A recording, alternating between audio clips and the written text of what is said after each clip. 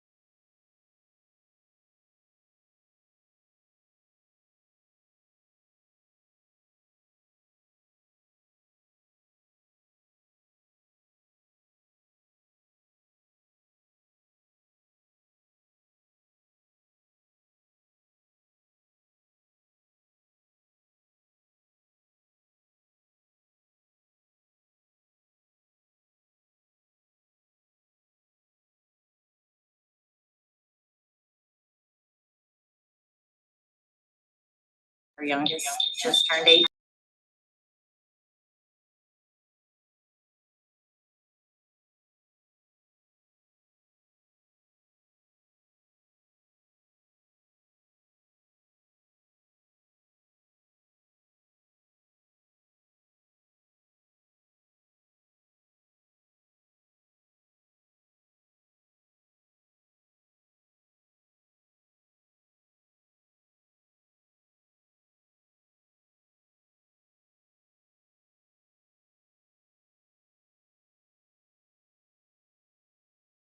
I'm here. Fantastic. Well, welcome. Were you present for the last meeting? Yes, I was. Okay, perfect. I was not, obviously. Obviously. Be asking you that. So I was just giving a little bit of recap of where we've been. Now I think the next phase of what we're going to talk about today is where we want to be. Setting our priorities of having a new set of challenges post-Helene, figuring out what the highest and best use of our funds are going to be moving forward, and really just setting the stage for a conversation around what our priorities should be, given a growing community, the growing challenges that come with serving that community, and kind of taking stock of everything that we've been facing in terms of addressing the many things that this committee can do. The question is now, what should we do to have the biggest impact on the lives of families? So some of that I think should be informed by public concern, some of that should be informed by this board here and the various perspectives that you all bring. But I kind of wanted to use today, along with Rachel, to open up the conversation, set the stage for what that will look like and how we go about talking about that. So if you would like to lead us off, or. I would gladly do so. Thank you. And we've confirmed the folks online can hear us. Heather, is that correct? Yay. Great. And online we have Heather. If you'd like to introduce yourself, you can, Heather. I think I've said your name twice now. Commissioner Horton as well, and Angelin was there. I'm blanking on the other one or two parties who might be with us. Committee members, it is Jennifer and Heather. Okay, perfect. Okay. Did you say you wanted us to introduce selves? If you'd like just to share what your background is, if you want. Sure. Okay. Yeah. Sorry. I'm Heather Zanzig, and I work at Mayheck Family Health Center. I'm a therapist and on faculty. I specialize in infant and young child mental health, and I've worked in that field for more than 20 years. Just happy to be here with you all. Thank you. Thank you. And I think I can see Commissioner Horton's chat. Mic is not working. She's troubleshooting right now. We'll circle back and give her a chance to introduce herself after we get rolling, Rachel. Very good.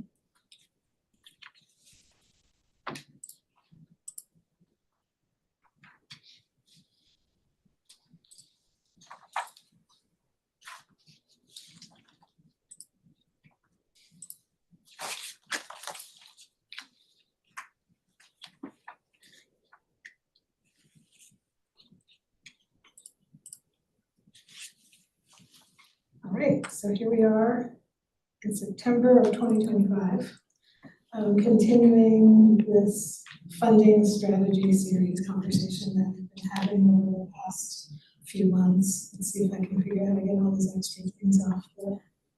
Rachel, you're gonna need to speak up, even though you're coming through the microphone. I'm not hearing you over here. Okay, I will do my best. Is this better? Little better. Great. I specifically asked for a microphone so that I could have some assistance, because I know that I've spent a lot of time in our last few meetings speaking to the group. Hopefully this meeting will be less of that, and I know I speak softly, so thank you. Always remind me when I need to speak up. So thank you to Commissioner Moore for the introduction about taking stock of where we have come from and the impacts that we have made, and getting together as a committee to talk about what investment strategy makes sense in our next chapter as we go forward. And so this funding strategy series began last fall with a goal of defining, either confirming or defining what our funding strategy will be for the committee in a way that lines up to the resolution, in a way that considers our results to date, and maximizes, this is something that as a county staff person, I have a lot of conversations about, maximizes our role. So local government specifically as an actor or player within this broader system that we've talked about has state and federal government and nonprofits and private businesses and philanthropy and a lot of actors at the table. So coming up with a strategy that aligns to all three.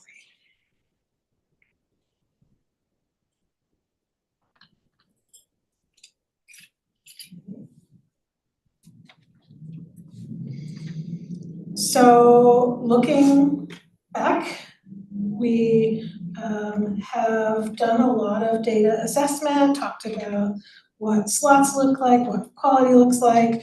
We'll recap just briefly by acknowledging what we've covered. In this session, we really want to talk about the resolution, how we have our start, and the results that we've been measuring to date, and then get into the looking forward part, which is what kinds of investment approaches exist and how we can be most effective as an investor and find our niche. So the board identified goals for early childhood education actually came into being before we had a resolution. I'm looking across the table at Tim, who worked for county government at that time. We had strategic priorities. Al, you were a part of the team that had voted and established those prior to the development of our strategic plan. And one of our county's strategic priorities at that time was early childhood education. And this is when that language was developed that you see on the screen, that also is reflected in our resolution. So this is some of our founding focus language. Martin, you mentioned responding to public concerns, and so that was one of the things that got articulated first, collaborating with community leaders and stakeholders, I would say also experts within the system, for a coordinated system approach that works on availability, so that volume of early care and education with an emphasis on pre-K. So this is where we start seeing that polarity or dichotomy between all of early childhood care and education, or specifically pre-K. So we wanted to work on availability for all of it with an emphasis on pre-K, address issues of affordability, both for families that are navigating the system and finding there to be a high cost of care, as well as for providers that find it difficult to maintain a sustainable business model with the profit margins in this field. We acknowledged workforce by saying that we want to support a robust career track. And we also acknowledge those other factors at play for families and for children, such as those impacted by trauma or poverty or addiction. Then came 2018, and the Board of Commissioners passed a resolution to establish this fund. Remember, this is not something that counties must do. We have a childcare subsidy program, but over and above that, this was something that Buncombe and a few other counties, I think last meeting, somebody was asking about other counties, and we'll talk about that, decided to get into this space. And so the resolution, which is essentially with how the local Board of Commissioners formally votes to put things into place, put things into effect, recognizing the importance of the first 2,000 days of a child's life, authorizing the creation of a fund allocated to, I'll read this out loud so that we can remember it as we try to make sure we're aligning. There's that availability part. New preschool and pre-K classrooms to serve more children. Implementing workforce development strategies, because we know that's the workforce behind the workforce, for recruiting and retaining qualified teachers. Strategies for scaling up effective programs and providing supports for children and families enrolled in preschool and pre-K.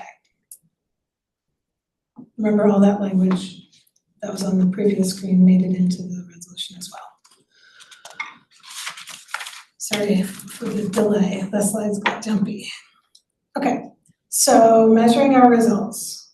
We've talked a little bit about this, but I just want to remind everyone of the difference that we make, or that we draw between program level measures and system level measures. Making eye contact with everybody here, and I know this seems rudimentary, but we as staff we work with the grantees. Once an award is made, we look at the proposals that they've submitted and negotiate with them and enter into a contract that has a scope of work.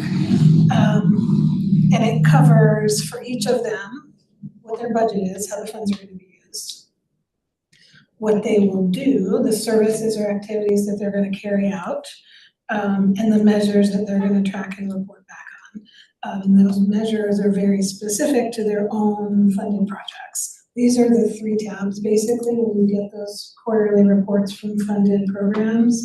There's a narrative one about the activities, there's the measures, and then there's the accounting of the funds.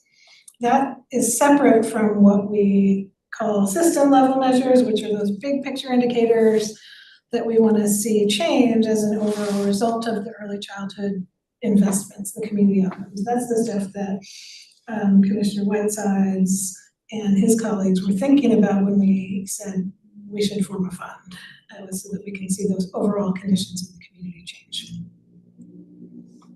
On the program level measure side, this is a sample, and it has one bullet on the list for every organization that got a grant for last year for our fiscal year 25.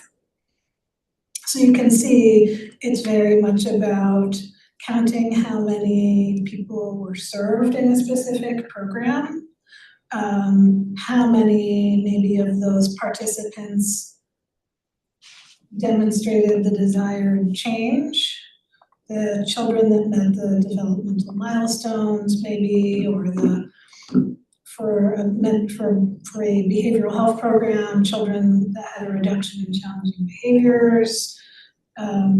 So use of funds, counting up kind of activities provided, and where possible, trying to include outcome measures to demonstrate the difference that those activities made on the program or its service recipients. Rachel, when you say this is FY 2025, what's the exact date on that? The fiscal years of the county are named for the June 30th they end on. So fiscal year 25 was July 1, 24 through June 30, 25. Okay. Yeah. So now we're in FY 26. Thank you for that question. So these are all post-Helene numbers. Or during Helene numbers. Yeah. And we can look at each one to see where they thought they would be compared to what they did accomplish. Not all measures on their scope of work require a target, but we try to have it on 2 or 3 so that we can see how they're progressing toward their goals. And those tend to be self-defined. Buncombe County staff does not take a very heavy hand in deciding what the measures should be or setting those goals. We really follow the lead of the grantee. So if that's program, now this is system. One of the two of the main things that we wanted to measure are related to that volume. How much capacity is out there in the community. So we have talked about slots and facilities. The number of licensed slots, Angelina always has to fact check me on this, but I think that we've included FY19 as the base level or baseline, excuse me, pre-early childhood fund, because October 18 happened in fiscal year 19, so our first investments showed up on the street. Is this working, Tim? In FY20. So we have 6 years of the fund having existed and 1 year prior on the screen from left to right. And the number of slots in the community has not materially changed. We know, we've had this conversation before too, about how complicated the story is when you have COVID and natural disaster in here impacting the numbers. It is certainly wild to think back to all of the things that early learning centers and programs were trying to do to stay operative during a time of a global pandemic. And they were affected also by Helene differently. Pretty severe impacts in some, and less severe in others, where there were water issues that was one of the more severe impacts, and then there were a few centers that had actual physical damage to their programs. Nonetheless, there are fewer licensed facilities. We talked about that in the past and recognized or reflected that that is the result of having fewer family childcare homes, because when we looked at it by type, those are the ones that people have tended to retire and get out of the business faster than others have entered to fill their place. The other system level measure that we look at that accounts for population is the percent of total child population served, which is on the bottom of these two charts. The top chart has 2 lines or 2 columns. The bright green column is how many birth through kindergarten children were in the community, total child population 0 to 5. So in FY19, there were 13,489 kids, and 4,280 were enrolled in a licensed childcare provider, which is 31.7%. So if you've got your resolution back out and you're reading through the whereas, you would see one of them says, whereas only 31% of young children 0 to 5 in our community participate in childcare. That's the number it was referencing. So our thought was that number would be good to have go up, because high quality, we're going to talk about studies, high quality is proven to yield benefits. Again, a complicated timeline with 2020 and 2021 being extremely COVID impacted. We've had some rebounding, and we are not seeing the participation levels that we saw prior. Quick question. So the other presentation that was on the minutes had a graph of our child population that's Is it different? different. Angela, am I displaying the wrong? Well, I don't know slides? if it's different, if this is calendar year and that's fiscal year, like if you capture different populations, because I just remember there was a big dip in 2022 and then it goes Ooh. back up. Is That's it the one that is called State of Childcare? Yeah, Great. You made a great segue for me. it was more just because then it would reflect your available slots differently when your population dips. We also included in your packet this document, which is produced for us periodically. I'm assuming someone from partnership might be in the room. I think they provided to the county quarterly as a part of their grant, and it's full of data. So which slide are is this someone you're looking at? Slide 4, yeah.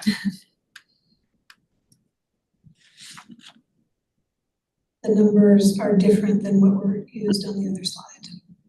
Yeah, the trajectory is, yeah. Because on this Is one, it looks like we're going back up on population. I'm sorry, does it have to do, I thought I heard you say that yours was birth through 5, including kindergarten, and this looks like it's not including kindergarten? Is that the difference? And not eligible for kindergarten. So you see in county staff and Welcome Partnership for Children staff have agreed to use the same measure. So the 5-year-olds, we run a formula on to try to get a proportional. I'm sorry, I just thought I heard you say through kindergarten, but I Yes. misheard. Yeah, that makes sense. It would be our intent that they match, and it looks like they don't match. So I'm glad that you caught that and we can look into it. Well, the total matches, I mean, the The 25 match, 2025 total matches. but the others don't. Okay, But that, yeah, And the- we'll need to rerun that. and the see if number it- served doesn't match. Angelin, are you hearing this conversation? Yes, I am. Will you check our spreadsheets and report back? Yes. Thank you. But you know, I thought too, when you were talking about the numbers last month, that you said that one set of numbers did include children in kindergarten, which I thought was interesting. So that could be some of the difference. Typically, we try to factor it out. The sources of data that we use for child population that don't have an easy way. But 5-year-olds can turn 5 at a point in the year before they get to kindergarten. And so our agreement was several years back to essentially run a percentage. If we do the same percentage consistently year after year, it should give us comparable numbers, even though it's not perfect. Right, it's pretty close. So I'm glad when people see things like that, because It was more just like seeing the trend, because there was a big dip A and different then shape, back up, yeah, yeah. just a big. I want us to be able to be using data that's reliable, that we trust, so let's figure out what's going on. Okay, Well, that dip, 2020 COVID. A lot of kids were taken out of childcare, or the centers weren't even open. Yeah, but that's total population, so that shouldn't. and we know that total child population is on the decrease nationally, perhaps further than that, but when we looked at this a couple of years back, we tried to compare and see if Buncombe County's child population is decreasing differently than neighboring counties. Is there a commuting thing going on? Is it decreasing differently than statewide average or other population centers? And the folks that did that analysis for us ended up saying there's no statistically significant difference that they could point us to between Buncombe and other communities. Okay, top kindergarten readiness, we will circle back to the percent of population served. On the kindergarten readiness side, we didn't have our baseline until 2021, the fiscal year 2021, because it took a couple of years of the existence of this program to come up with a way to do that. So that was one good thing that came out of this, is us working together with the 2 school systems and the providers for an agreed upon way to apply this exam. It's not an exam, it's an assessment, I believe. Evaluations and assessments have really technical words. It's either an evaluation or an assessment that happens upon kindergarten entry. It's called the North Carolina Early Learning Inventory. We get the data once a year. We didn't get it last January because of Helene. But we will get back on track. And this is what it shows. There are key objectives in the lighter color that we look for as kind of the basic. objectives, kind of if you think about the reading, writing, and arithmetic, that's old-fashioned language, but that's a good way to think of it. And then the social emotional ones are in the darker. We also know how those are very critical for school readiness. We're not seeing anything statistically significant here, but we're also not seeing this like great swoop in the upward direction. That would be awesome to see. We started a fund and availability went up and kindergarten readiness went up. We look into this in great detail by those that we know have participated in childcare and those that haven't, by other ways that we can divide data like race and when available income, things of that nature to try and understand it. But overall, this is the summary level data. And this is all children, not just children in childcare? This is all children in public school. So only Asheville City and Buncombe County kindergarten entry, regardless of where they spent their early years. We asked you last month, what else would you want us to gather and bring back to inform the discussion? And we have a slide for each of these. Sorry, quick question on that comment. Do we have the data broken down by if they were in childcare or not? In a very imperfect way. There's a question about whether or not they participated in care, but it doesn't, it's the parent answers it and it's a yes or no. So it doesn't reflect how long, maybe they did, maybe from infant, maybe all the way through, what type, was it full day, full year, what the star rating was. We don't have the ability within the structure as it stands to do anything longitudinal and share information from like a county funded early learning program and say of those that got our county supplemented services, this is how they performed. I like your thinking, keep that in mind. So, I'm sorry, Rachel, you said that we don't have longitudinal data, but don't we have state level longitudinal data on the impact of childcare on a child's readiness, at least state numbers? There is research, and some of it is probably longitudinal. What we don't have is local data saying like And I know 150 that's very children were hard. served in our in a county funded program, and of those, this is where they went to kindergarten and how they did upon entry and beyond.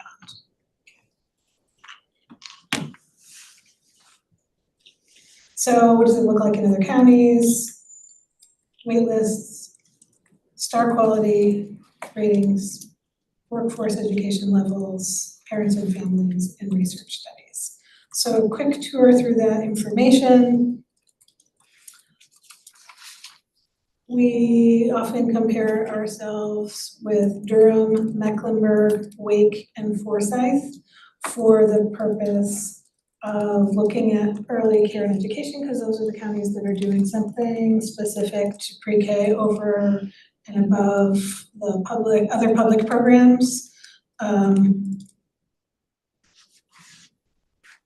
Parallel in Durham and Mecklenburg means they have created a program, a new separate pre-K program for Durham and Mecklenburg that's separate from NC Pre-K and separate from Head Start.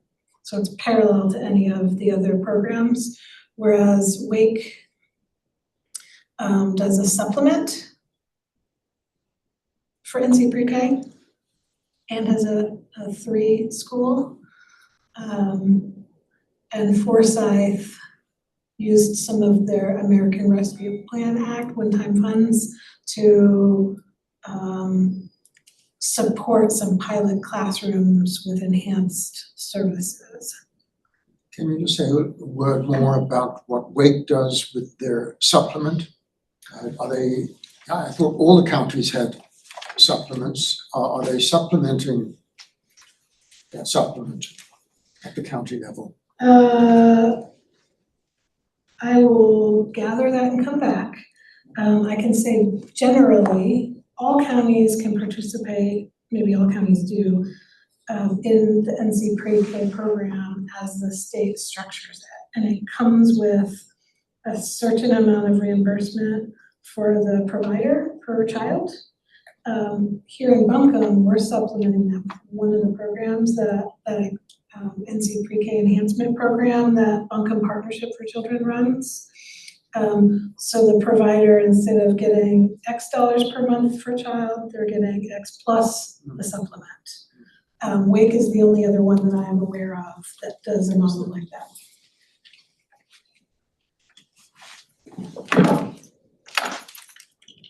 Supplements also exist in the K-12 realm for teacher pay and things of that nature.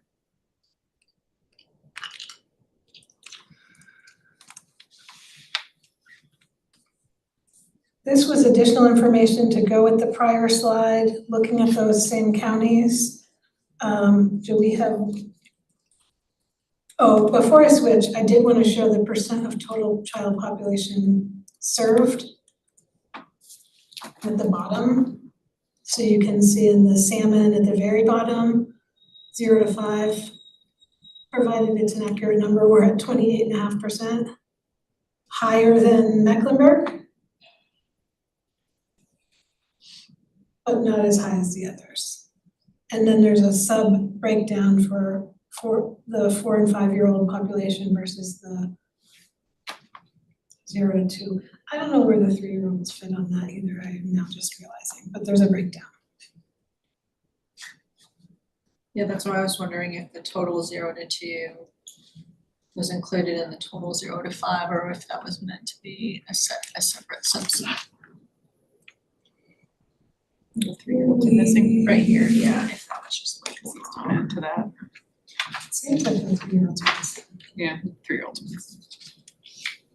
Rachel, on that one, I believe the logic in that is because the 0 to 2 is demonstrating the toddler need, and then the 4 and 5 is that pre-K niche, and the 0 through 5 is the total one at the bottom. So it would include the 0 to 2, the 3-year-olds that are not demonstrated, as well as the 4 and 5-year-olds. Yeah, it does include it. So if you imagine another row between the blue and the green, that would be your 3-year-olds. So then you would add, say on the far left column, the 3,172 4-year-olds, the 7,277 0 to 2-year-olds, and you'd add the 3-year-old number and you'd come up with the 12,971. Yeah, it was demonstrated to show both ends of the spectrum. We also have data about pay to answer the question about do we tend to pay higher or lower than some of these other counties? And it shows the most recent average pay, with Buncombe counties looking pretty good. The cost of living is also high, we know, in the community, although not the highest per the living wage calculator. This is through 2023. Based on that first research link. Not sure, but I'll get that answer. Because I would think, based on what we talked about last month, that with the supplement gone, this is probably dropped. It may have dropped, yeah. This is based on that 2023 study. It is. I love that your voice comes out of the ceiling and answers our questions. Okay, we got lots of questions and I really prefer to have the dialogue versus share slides. Waitlist, we did some discussing with partners since the last meeting and confirmed that yes, there isn't a wait list for everyone that's added together. These are all separate wait lists by independent organizations, nonprofits, businesses, churches, corporate or franchise, nothing universal. But there is this one that's been created, which is a combined wait list referred to as single portal. Buncombe Partnership for Children operates it, and it has NC Pre-K and Head Start in it. It's not the only path to Head Start, because parents can also still go direct to Head Start, but they can go through this and apply for either. And at this time, there's not a wait list on the single portal because we're doing well with our pre-K availability.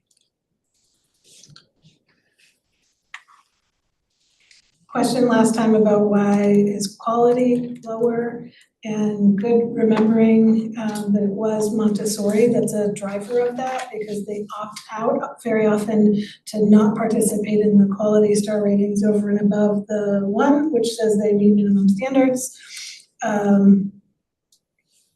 as well as religious sponsored.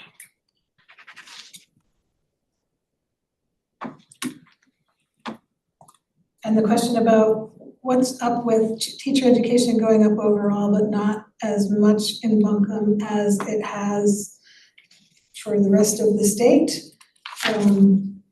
Turnover is a contributing factor, and less access to universities that offer in-person education opportunities for this field.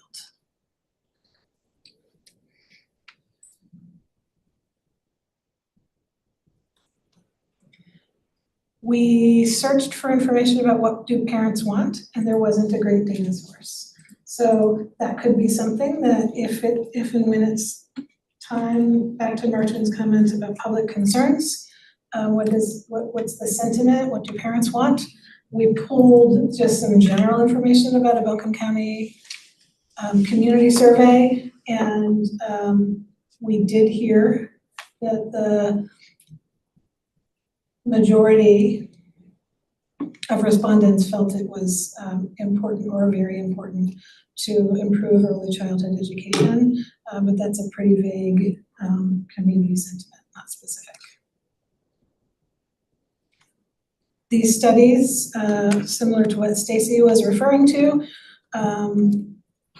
provide information that form the basis of evidence when we say it's proven that early care and education has an impact on the children served, that quality makes a difference, and that those quality outcomes are experienced not only by the child served, but by the other children in their classrooms, and that those benefits last over time.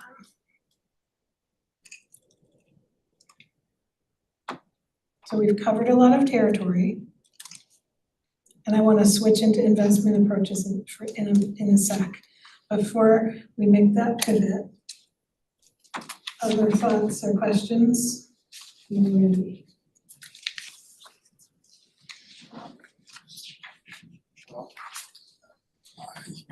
I can really understand how at the inception of this program, there was the intention to use a competitive kind of grant process to really drive system change. Makes sense. I wonder if most of that system change that can be that can be obtained through that sort of competitive method has already been obtained. Clearly, looking at the system measures, I think that was the term, right? The system measures. Yeah. It's hard to really see the impact. It's hard to see the positive impact of this. And so I just wonder if there isn't whether this isn't time to consider transitioning to a simpler method of supplementing the child care landscape in a way that is perhaps less onerous for everybody concerned, and that might lead to perhaps equal or better outcomes. And I'm thinking in particular of the possibility of supplementing the subsidy in a simple sort of across the board way, just as one idea. I like your thinking, and keep that creative thinking going. I'm gonna add a little bit more context Yeah. to those investment approaches, and then let the group bat that around. So, those that were here last year, so I mean, talk about TikTok and the this or that, where you kind of choose one side or the other. This is, for me, as I look at the result of these competitive investments, it's yielding a lot of these polarities where there's a this, a that, and we've selected something right down the middle and we're doing a little bit of both. Here's what I mean. We could have gone the route of selecting one focused initiative, put all our eggs in one basket. We could have gone the route to do this competitive market basket. There's another basket analogy. Invest our funds in a blend of projects across a variety of priority areas, and we are essentially doing both because we have that NC Pre-K local supplement program, which is our biggest grant. It has the potential to be, maybe a third of the funds. I think it's closer to a quarter this year. But then also a lot of other things as well. So there are trade-offs to going either direction. To put all our energy into a focused initiative would be more of a limited scope. What happens on the other side of taking the multi-investment approaches as resources that, not in a negative way, but they get diluted across a lot of categories, so it's more difficult to see success or attribute success. We also could fund classrooms, operating support for places where parents drop their children off and the children have care and learning. And those funds help with operating, funding the teachers, supports to help make that classroom or that care available. Or we could fund system-wide support services like workforce development programs. So not in a classroom, but something that's helping early care and education. And if you look at our portfolio, you're gonna see a mix of both with the trade-offs. So a little bit of both.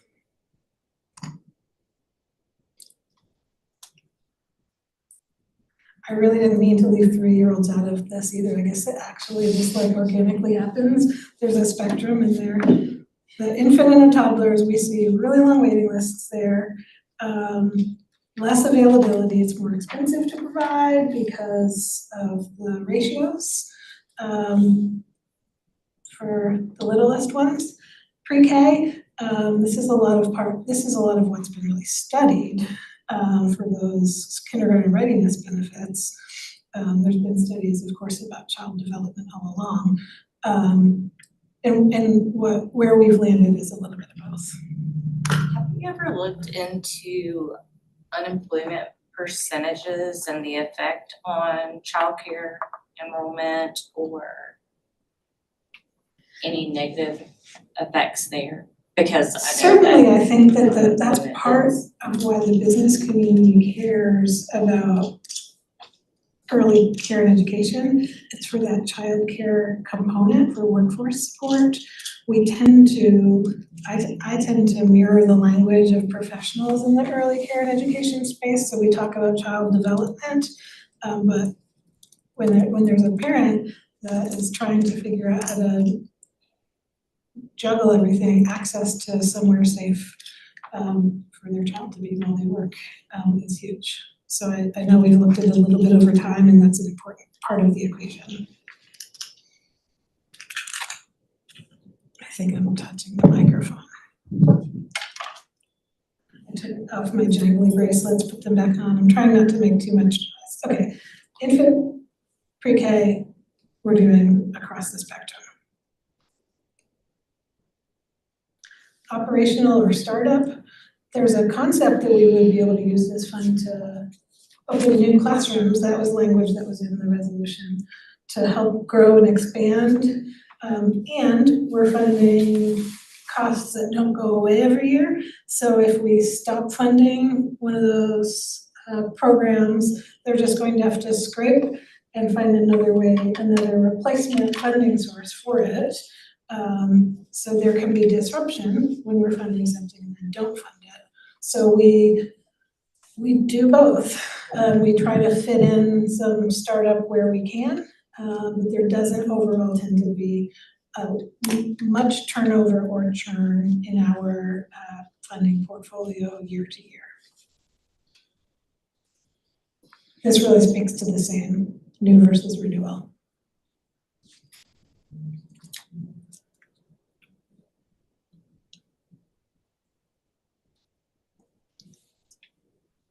Yeah, I think that's a really helpful sort of framework for trying to think this through.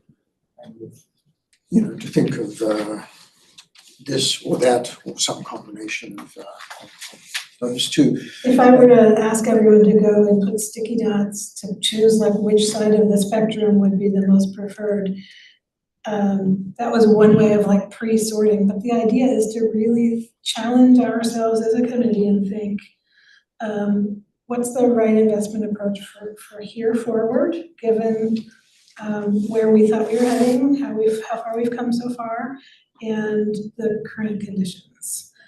So I want to pass back to the chair for some conversation about that today. We still have half an hour of meeting time available, and we have the opportunity to shape what next meeting look like so that we can advance this exploration. Sounds great. Well, Rachel did the hard part, so everything she said, and honestly, in terms of our discussion, Commissioner Whitesides has a further back-reaching recollection of how far we've come, but I think in the time that I've had the pleasure of serving, we've seen kind of what Rachel named, a changing of priorities, trying to match circumstances. COVID is what it is. Helene continues to be the gift that keeps on giving. I probably goes without saying, but I would be remiss if I didn't mention, I think when you look at the greater framework of the number of childcare centers that have closed over the state for the past, I think 6 months especially, the data that we're looking at is painting a really kind of odd picture of what success looks like.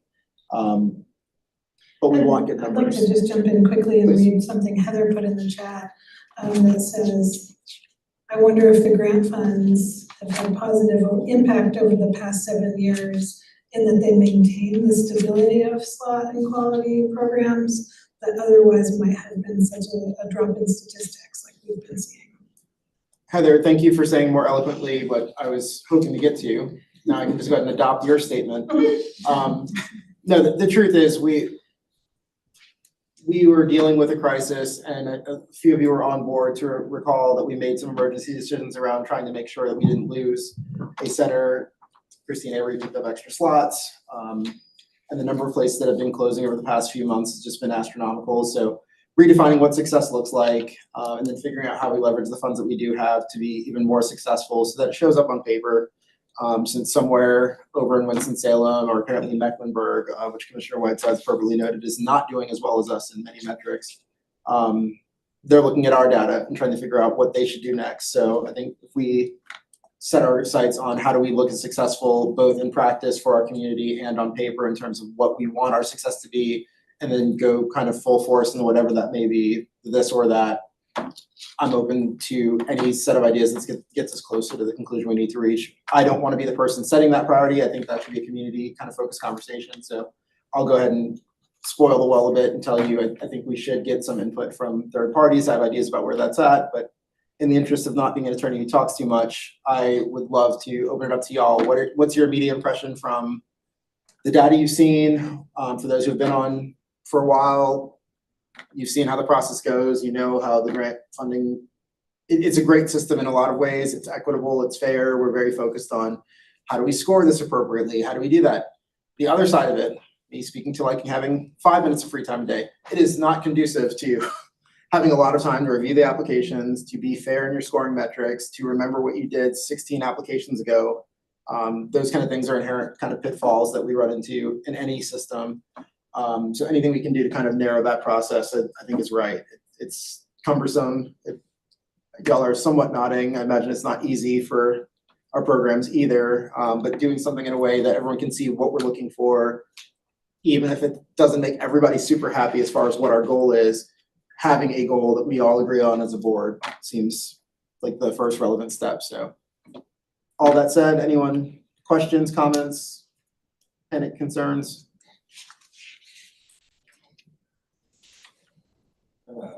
Maybe request for more information around sort of if the eventual goal is to shift maybe how these funds are directed, having a clear understanding of the environment, the landscape, and what other investments are being made sort of around this particular fund.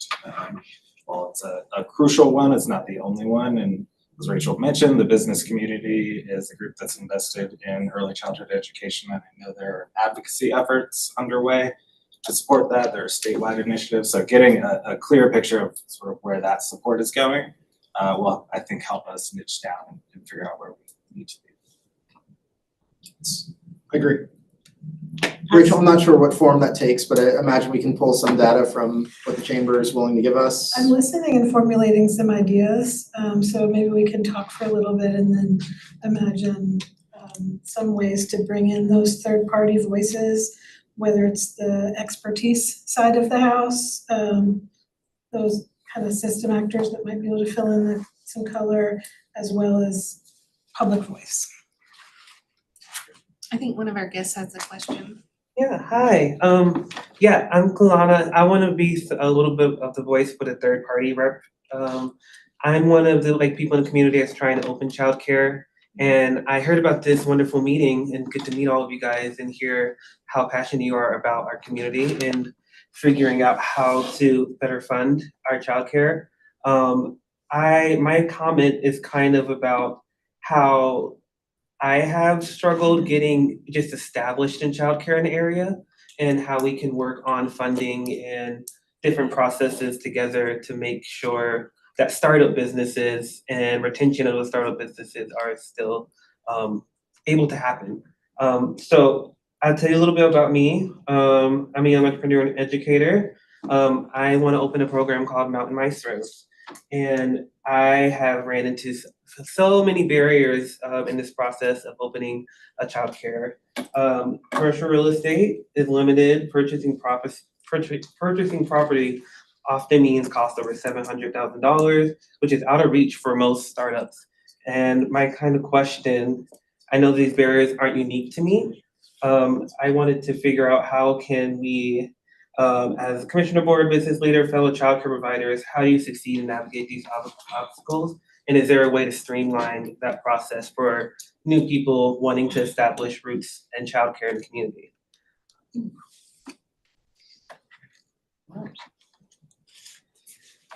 Thank you for speaking up. Procedurally, we want to make sure that we have a way to hear from members of the public, which is one of the reasons these meetings are open. There's a public comment section at the end of the meeting, so if you saw people being like, oh, do we take the comment now? That's what it was about. And I also saw other faces like nodding and really glad to hear the questions and expertise. So maybe staff can follow up with you after the meeting. Yeah. And then also if you want to participate in the public comment section, people can have 3 minutes of peace at the end. So Rachel, piggybacking on what Joe said about getting the business industry more involved, which has been a bugaboo for 100 years. One of the things I think we've got to do is, having looked at these numbers since y'all started, of how to measure success. And I think that before you even grant a contract with a applicant, we've got to look at what their numbers are and what are we able, or even ask in the grant application, how are you measuring this? How are you actually measuring your success? Because I know a lot of times it's a subjective number, particularly for the smaller centers that don't have, a lot of skill in that area, because it's one of the most difficult things we have in childcare to measure success. But we've got to be able to go to a business and say, to back up the numbers to the research that says early childhood is important for your 25-year-old who just graduated from college hire. There is a direct correlation. And we've got to make that form, and we've got to make it a clear arc. I have a kindergarten teacher who's in a charter school who says kids are coming to kindergarten who don't know how to stand in line, who don't know how to tie their shoes, who aren't totally potty trained now. There are a lot of things that they should know. I talk about readiness. And again, most of those children weren't in early childcare. And I think looking at the dip that we were talking about, this started with COVID. Families became underemployed, can't afford the cost of childcare, which is expensive. And if one member of that parent unit loses their job, they can't afford childcare. So, measuring success, I think is one way to hopefully be able to talk metrics to business people, because that's their bottom line. Thank you. Martin had to step out, so I will just ask who else. Let's go back a minute and talk about, I was around when we started this. And when I listened to all of you talk, one of the things that we wanted to do at that time is to be sort of the catalyst or the pusher to bring the attention, not only to help start new slots, but to bring the attention to the seriousness of the problem with early childhood. And for me, it goes back to when I was working. I've been retired since 10, but it was a big problem for us in the financial area, in banks. We were losing people starting because if they were starting a family and both were working in the family, it was easier for one, especially if it was like a teller at a bank, it was cheaper for her to stay at home if they had 2 small kids than to pay, what it was in childcare. But everything we've said here, let's come forward. It makes sense. We've got a lot to do though. One, in the county, we've got to look at just how we are using our constituents' funds for childcare. And that affects us overall for education. We're spending 30% of our budget is going toward education. This is K-12, it's 25 million in that neighborhood that we spend a year. But we're at a point now, the question is, because we don't want to end up like Forsyth County that's 40 million in debt from education. Another county close to us, they're closing schools. We want to stay ahead of it. But in doing that though, we've got to look at what we need in education today. And a big part of that is early childhood. And I don't know how we get everybody around the table in the community. But I served the last 8 years. My first 8 years on the commission was on the EDC committee at the chamber. And that's one of their big concerns is early childhood. I've talked to Kit about it, no. But we've got to somehow get everybody to the table, all the businesses and all. I at one time had all the banks when I was over the branches for First Union in Asheville. We were ready to come to the table to do one big center for us in the downtown area. What blew it apart was who was going to pay nobody wanted to put the money up, so that was it. But somehow, folks, we've got to come up, and I hope we can do it in this committee to continue what we're doing, to make sure that not only we talk about in the community the importance of early childhood, but that we put our resources, our brain power, money, and everything that we need behind it. Now, mind you, I think what we've done has been successful, but it's been a small amount when you look at the overall thing. And because of what we've done, it might not look that great on paper and starting the new slots. But when you look at COVID, Helene, what we've been through since we started this fund, we haven't lost the slots that a lot of the other counties in the state have. And I think one of the reasons why I know it is because that we do have just, which really is a small amount in the overall scheme of things, of $4 million. But it's important that we keep it there. But in doing this, though, at the same time, that what you're saying is, and the young lady's talking about startup, and the big part there is not locally. We've got to get to Raleigh, because what they're asking for is totally unreasonable. They are putting all of the laws and everything they're putting on the books, but they're not giving us any money to help with that. And that's another issue. But what we need to do, though, is to somehow streamline our program. Hopefully, I hope we can come up with a smoother way of giving the funds out. And at the same time, how can we team up with Dogwood, the other Pratt and Whitney? I'll just throw out names of the large employers in the area, Mission Health and all, and get everybody to the table, because we need that if we're going to be successful. Because what we're talking about, my dream has been one day to look at universal pre-K in Buncombe County, where that we have a pre-K classroom in every school.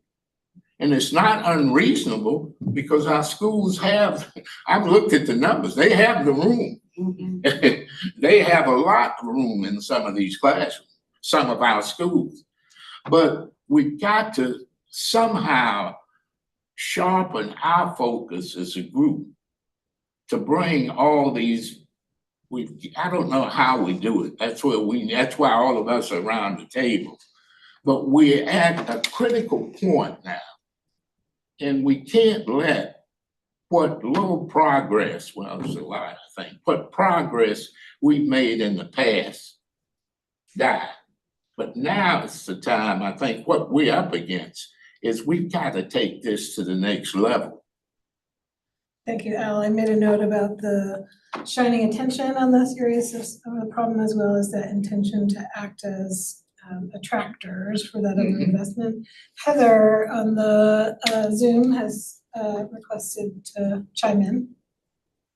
Well, I appreciate what Commissioner Whiteside said. I think I'm trying really hard to put this into a framework in my mind, because I feel like this is almost two-pronged.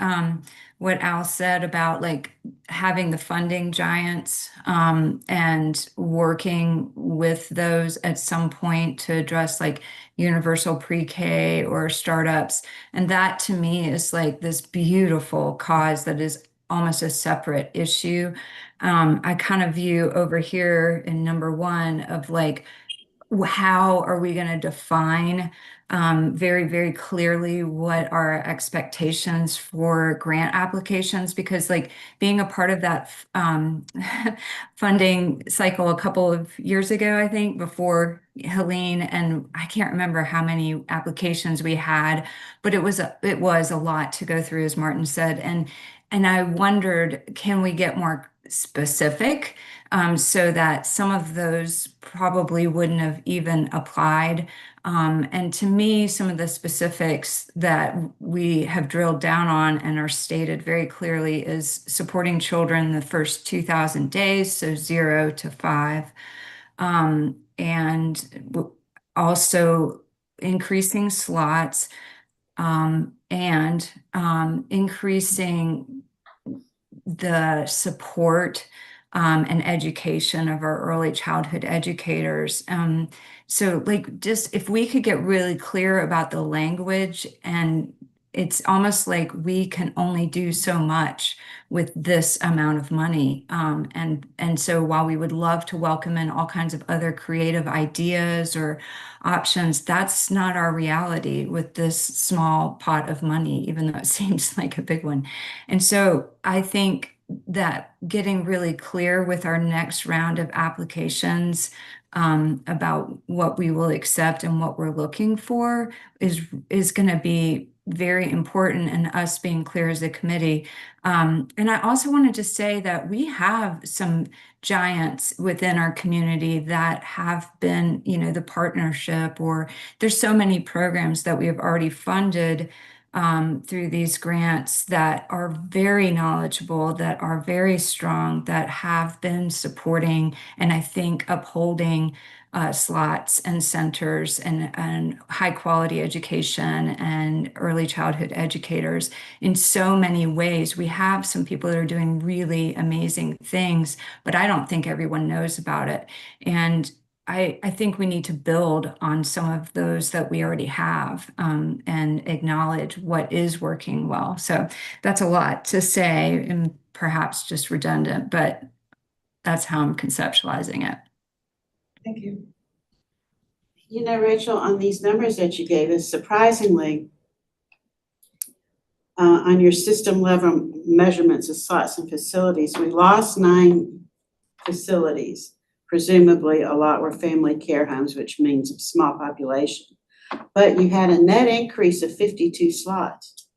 Now, in 2019, to add 52 slots, that seemed almost insurmountable. I mean, that's 4 classrooms, would it be? No, more than 4 classrooms, give or take.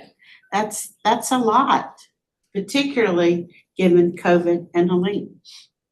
I would echo from a national, when we look national perspective, these numbers are in line with what I would expect. And I don't see anything in the presentation today that is alarming or suggests that there's been a failure on the part of the program. So again, I want to acknowledge, acknowledging that I'm brand new here and just learning lots of things. I would say just from my perspective at the national level, this looks in line and not unexpected and positive for Buncombe. The other piece that I've been wondering about as we talk is, and again, acknowledging newness, from the parent perspective, we can add slots, but if they're not in the locations that parents prefer or at the times parents need, they might not be the right slots. And so with health and tourism being such big economies in Asheville, we likely need overnight slots, weekend care. So it's not necessarily, as you all know, adding slots anywhere. We also see that there's a big preference from families for FCC-like care and for home-based care. But if we're focusing more on centers versus that, so I guess, as we move forward with thinking about what other information do we need, how do we hear from parents about their needs so that we're offering the right kinds of slots to basically assess demand, not only supply.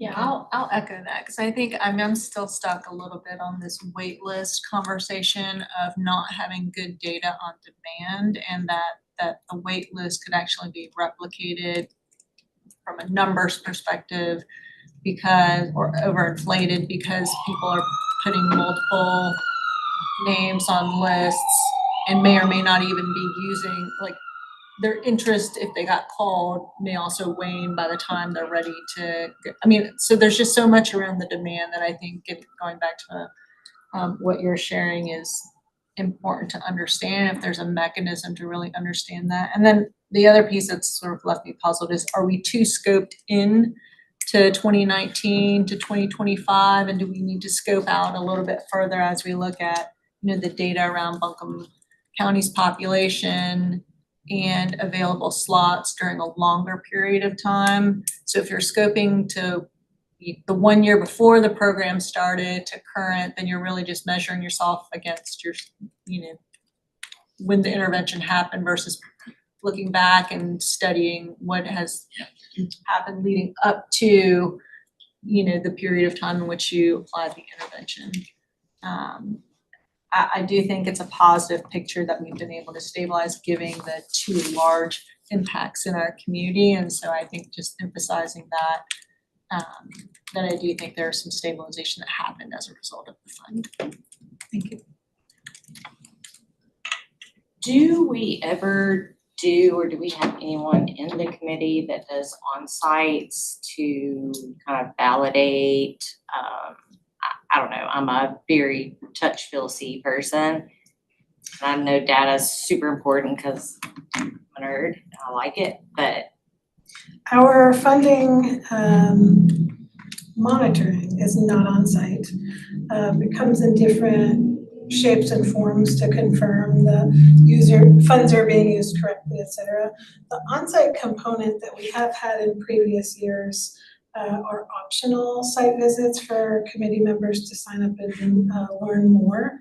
But because not everybody goes to all, and we try to separate it from the funding time of year, it's essentially supplemental learning as opposed to decision-making for funding or monitoring for funding. But I'm just going on the fact that I've read all your emails. I would say that when you have those opportunities, you've got one of your committee members going to every one of those locations that has a site visit. Wouldn't you say? I mean, the committee's involved. Correct. Yes, they're for committee. it's just, granting money is a big thing and it's important. And to me, I would like to physically see that things are going the way they're supposed to be. And I can tell you from making some site visits, you find out a lot Oh, yes, just you do. walking in, yeah. Absolutely, But that's they were important. helpful, yeah. But because of Helene and some of what we're Right. going through now, we can't. But in the past, when we did that, that was very, they were worthwhile more than that. This would be the time of year that we're asking if we want to do site visits. I've hesitated because I didn't want to distract us from the funding strategy conversation. And if that's the desire of the committee to go ahead and get that scheduled out for the next few months, we can go ahead and do that. Just one follow-up question regarding how to really engage the corporate community and potential funders.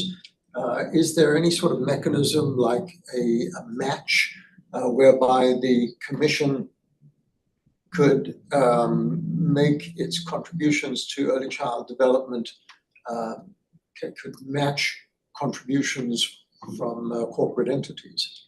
I was thinking the same thing.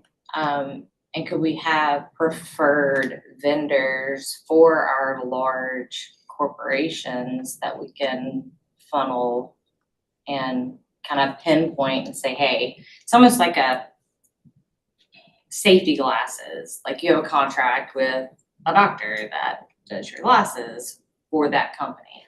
And it brings in other family members and it really is all about word of mouth, that's your best marketing. And I didn't know if that was even within the scope of any of this. Well, when we get into that, what you need to be aware of, it becomes a legal issue. When you start talking about matching, that's in our budget. We have to, we could set aside some money for that, but it would have to be capped. We have a lot that we'd have to work with, but hey, I'm all for getting outside the box. We need to do it and look at it and see what we can do. But because I think if we're gonna be successful in this, we can't do like public schools. When I go into high school, I see it the same way it was for most cases, when I graduated in 1962, nothing's changed. But we got to, change with the times.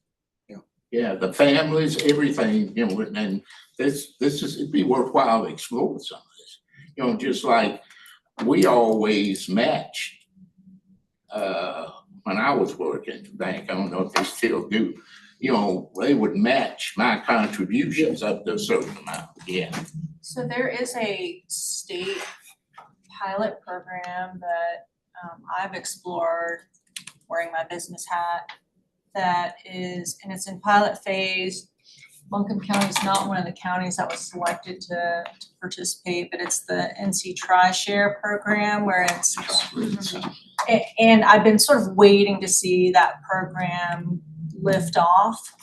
And I have not followed up with that group since late last fall when we were entertaining the conversation. I think it was like, don't record me if I'm wrong, 5,000 per slot and the employers putting in that amount of money. And so we were trying to think through, okay, well, how can we get enough into that fund that would create some impact for our employee as a benefit program? And I think looking at models like that and seeing if what is the pathway? Because you're right, I don't know that there's a way for companies to donate into Buncombe County now and then have those funds distributed. And so figuring out what mechanisms already exist and where that funding can come from to maximize that shared responsibility would be important. And Buncombe Partnership for Children has successfully engaged corporate investment in expanding infant slots.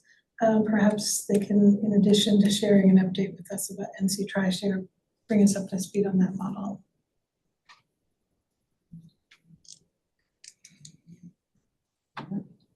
Well, unless folks want to stay until 3 o'clock, which you're more than welcome to without me. We can't. We should go ahead and take some inventory. Rachel has notes about everything. I will probably harass her for an opportunity to sit down, digest all the notes, put them in categories that we can kind of say, here are the resounding concerns, here are the strategies that we're thinking are most viable. One of the things that I think is probably gonna be most helpful and that I've heard a call for was expertise. So I think it might be appropriate to have us have Buncombe Partnership for Children come offer some of their insight as a provider. No pressure, but it would be really helpful for us to have some data and give Rachel a little bit of time to answer some of the questions, bring some more back, and really just hear from our partners who are doing the work to inform whatever strategy decision we end up making. Does that sound like a reasonable starting place?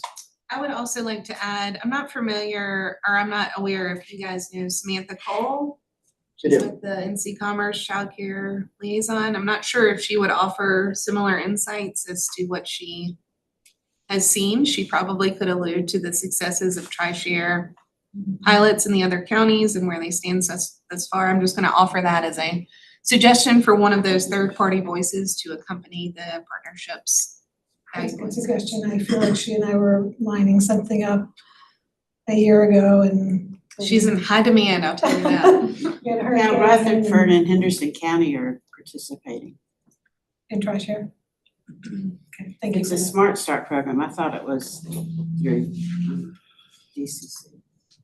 So sort of procedural question to put out there, how can the committee explore the framework that you presented there, you know, as to making choices in those various those various strategies, the various sort of broad goals underlying funding decisions. It seems that we need as a committee to focus on some of those questions in order to refine our thinking about priorities going forward. If there is a general interest and openness to narrowing, the next logical question will be, what do we focus on?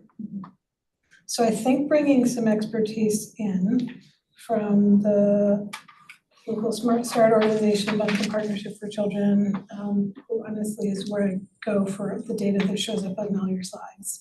And the person you mentioned who's working at the state level, working with between businesses and early care and education, is a good place to start. There may be other information that we want, including perspective from providers, other grantees that are working at the program level rather than the system level, and members of the public, specifically parents, to your question about what type of care might be sought and what demand looks like. So sequencing some of that out over the next few months with time to digest I'm hesitant to suggest a spin-off subgroup because I think there's a lot of value in doing the table for all to participate. If we opened up our grant program on totally normal schedule, we would open it in December, have applications due by February, score them and turn in the funded recommendations by the end of April for money to start next July. That's not set in stone, so we don't have to have an answer by December, but that's just as we go through the fall to keep in mind. Well, I hate cutting us off, but I do have to honor the legal part. I would not be doing right by Amy if I ignored public comment. So we have only one public comment today. Ms. Capers, if you want to come up, give your comment. Public comment for two. We're glad you learned about coming to the committee and thank you for being patient with our procedural steps. Just a spot I stand. That's great. Hi, everyone. I'm Kalana. I gave part of my public comment already, so I'm just gonna elaborate more on that. Yes, I am someone in the community. I've been doing childcare in various different ways growing up. My mom was a foster parent growing up through Charlotte, and we always had kids inside and out. And I found myself here after going to Morris Hill University for childcare and education and wanted to open childcare. And it's been incredibly difficult. With us being a tour heavy city, we are, all the startups are beat out by big competitors for all the spaces that have just a little bit of outdoor space. And what I really wanted to kind of ask the committee or put forward is how can we form a pathway for startups to utilize the funding that we have to establish those childcare spots. I know that for me, when I want to be like a childcare center owner and director, I wanted to offer all the things that keep sustainability for our teachers. So I want to have the full-time benefits, the actual meeting all of the competitive pay needs, paying Asheville, Asheville livable wage, there it is. I want to make sure I can provide that, but how can we do that as startups in such a tourist city that has high cost and limited spaces? And just, yeah, I'm just kind of wanting to know how everyone has done childcare in their time here, and how can I learn from you guys? Thank you. Excellent. So hearing what you said, hearing the general tenor, I hate to sign people up for more meetings, but if we need a work session of some kind, maybe that's appropriate rather than a subgroup. Because I do think the whole purpose of this committee and bringing your expertise is that we have all of you. And as good as 3 or 4 of us are, it does not supplant the greater wisdom of the group here. So let's go through the expert part. We'll reach out to, I'm happy to call Sam, or we can do it together and just figure out what that looks like. But certainly the folks who are doing it locally, and Sam, if she's available and we can afford her consulting fee at the rate she's going. And we'll kind of backtrack from there, maybe put public concerns, public input to the next meeting, but really having a chance to dive in on answering all the questions that we need to form a solid strategy seems like the most helpful next starting place. All right, no one is screaming in protest or yelling with pitchforks, so I will end the meeting before that happens. Anyone have any last minute things? I know we have, our next meeting is going to be October 7th, if not earlier. If it is earlier, we can call a special meeting that would require, 2 weeks notice, and get myself off. You're early. October 7th, unless you hear otherwise, but I'll look forward to seeing y'all then. Move to adjourn. Second. Perfect. We are adjourned. I'll see y'all October 7th. Yeah, Pat, there was a meeting today out in Swan